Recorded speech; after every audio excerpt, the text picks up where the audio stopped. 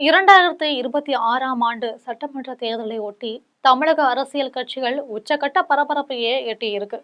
இப்போதுள்ள அரசியல் சூழ்நிலையில திமுக தரப்பில் ஆண்களுக்கும் இலவச பேருந்து பயணம் என்ற திட்டத்தை கையில் எடுத்திருக்கு. அதே வேளையில நாம் தமிழர் கட்சியில் வேட்பாளர்கள் போட்டியிட மறுப்பு தெரிவித்து சீமானுக்கு எதிராக கொடி பிடிக்க தொடங்கியிருக்கு. இது தவிர காங்கிரஸ் கட்சியை பலப்படுத்தும் நோக்கத்தோடு ராகுல் காந்தியும் பிரியங்காவும் தமிழ்நாட்டுக்கு வராங்களாம்.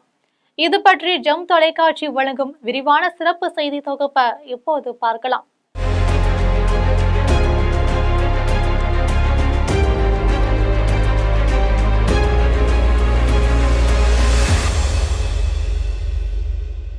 வருகிற 2026ஆம் ஆண்டு சட்டமன்ற தேர்தலுக்கு இன்னும் 100 நாட்கள் தான் இருக்கு. இந்த சூழ்நிலையில அனைத்து அரசியல் கட்சிகளும் தங்களது பணிகளை மும்முரமா முடுக்கிவிட்டு இருக்காங்க. திமுக, அதிமுக, தவேக ஆகிய 3 கட்சிகளும் இப்பொழுதே தேர்தல் அறிக்கைகளை தயாரிக்க தொடங்கிட்டாங்க. இதில் ஒரு கட்டமா தமிழக வெற்றி கழகம் சார்பில் குடும்பத்திற்கு ஒரு வீடு, ஒரு மோட்டார் சைக்கிள், முடிந்தால் ஒரு கார் தருவோம்னு தேர்தல் அறிக்கையை தயாராகி வச்சிருக்காங்க. அதே சமயத்துல அதிமுக ஆட்சிக்கு வந்தால் பெண்களுக்கு மாதம் 2000 ரூபாய் என்கிற ரீதியில தேர்தல் அறிக்கை தயாராகி வருது. இதற்கிடையே திமுக சார்பில் பெண்களை போல் ஆண்களுக்கும் இலவச பேருந்து பயண திட்டம் தயாராகி வருதாம். இதன் முதல் கட்டமா 60 வயதை கடந்த முதியவர்களுக்கு இலவச பேருந்து பயண திட்டம் இன்னும் 2 மாதங்கள்ல நடைமுறைக்கு வருது. இதை தொடர்ந்து அனைத்து ஆண்களுக்கும் இலவச பஸ் பயணம் என்ற திட்டம் வரலாம் என அமைச்சர் சிவசங்கர் சூசகமா தெரிவிச்சிருக்காரு. இந்த சமயத்துல அகில இந்திய காங்கிரஸ் தலைவர் ராகுல் காந்தியும் அவரது தங்கை பிரியங்கா காந்தியும் தமிழ்நாட்டுக்கு வர இருக்காங்களாம். காங்கிரஸ் கட்சியை பலப்படுத்தும் நோக்கத்துல அவர்கள் இருவரும் தமிழ்நாடு முழுவதும் பாத யாத்திரை நடத்துறாங்க. 2 பாத யாத்திரைகளும் தனித்தனியாக நடைபெறுது. பிரியங்கா காந்தியை பொறுத்தவரையில மகளிர் அணி பாத யாத்திரை என்ற பெயரில் பெண்களை வைத்து பாத யாத்திரை நடைபெற இருக்கு. அநேகமா வருகிற ஜனவரி மாதம் 3வது வாரத்தில் இந்த பாத யாத்திரை பயணம் இருக்கும்னு தெரிய வருது. இந்த பாத யாத்திரை குறித்து தமிழ்நாடு காங்கிரஸ் தலைவர் செல்வ பெருந்தகை தலைமையில ஒரு குழு அமைக்கப்பட்டிருக்கு. இந்த குழுவினர் பாத யாத்திரைக்கான ஏற்பாடுகளை முழுவீச்சா செஞ்சுட்டு வராங்களாம். இதற்கிடையில கூட்டணி கட்சியாக இருக்கும் திமுகவுக்கு இது பற்றி டெல்லி காங்கிரஸ் மேலிடம் தகவல் எதுவுமே தெரிவிக்கல என்பது முக்கிய செய்தியா பார்க்கப்படுது. இந்த சூழல்ல நாம் தமிழர் கட்சியை பொறுத்த வரையில் முதல் கட்டமாக 100 வேட்பாளர்களை நாம் தமிழர் சீமான் அறிவிச்சிருக்காங்க.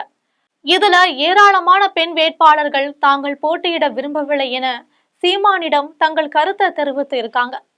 தங்களிடம் தேர்தலை எதிர்கொள்வதற்கு போதிய பண வசதி இல்லை, மேலும் களப்பணி ஆற்றுவதற்கும் எங்களிடம் ஆட்கள் இல்லை என தெரிவிச்சிருக்காங்க. இது பற்றி நான் ஆலோசித்து முடிவு செய்கிறேன்னு சீமான் பதில் கொடுத்திருக்காரு.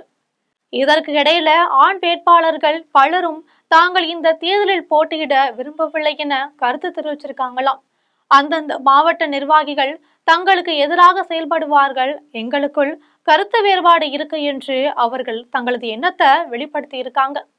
இது இல்லாம பல மாவட்ட நிர்வாகிகளுக்கு வேட்பாளர் சீட் தரவில்லை என அவர்களும் கோபத்துல இருக்காங்க. இதனால நாம் தமிழர் கட்சியில் தற்போது மிகப்பெரிய உள்கட்சி கலவரம் நடந்துட்டு வருது.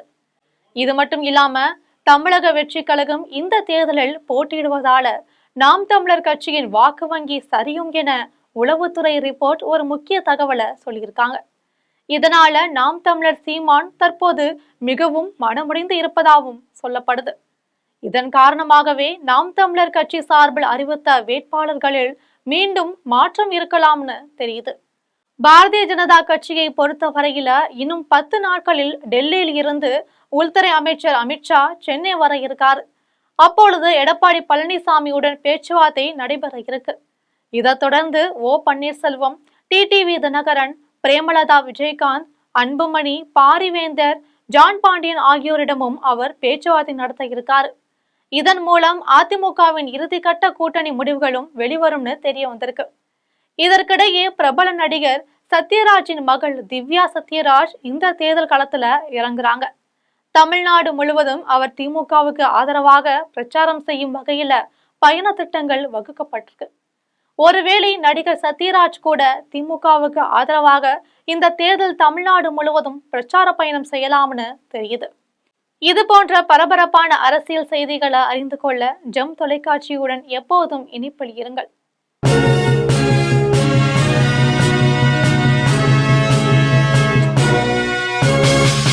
உடனுக்குடன் அப்டேட் தெரிந்து கொள்ள ஜெம் டிவி தமிழ் ஆப்பை இன்ஸ்டால் செய்யவும்.